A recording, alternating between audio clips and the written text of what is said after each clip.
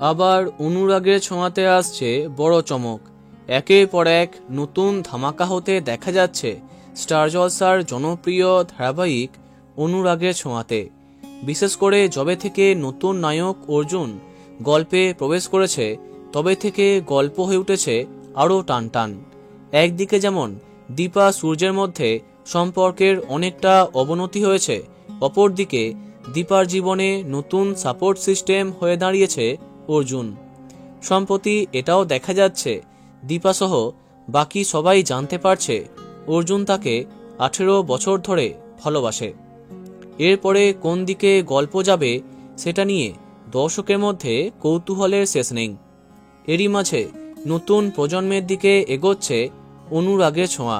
খুব শীঘ্রই অনুরাগের ছোঁয়াতে আসছে মিসকার ছেলে। সম্প্রতি মিসকা চরিত্রাভিনেত্রী অহনা তার সোশ্যাল মিডিয়াতে এই ছবিটি পোস্ট করে জানিয়েছেন, ইন্ট্রোডিউসিং বীর বেবি।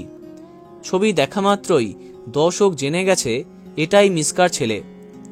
এই প্রথম তাকে দেখানো হচ্ছে।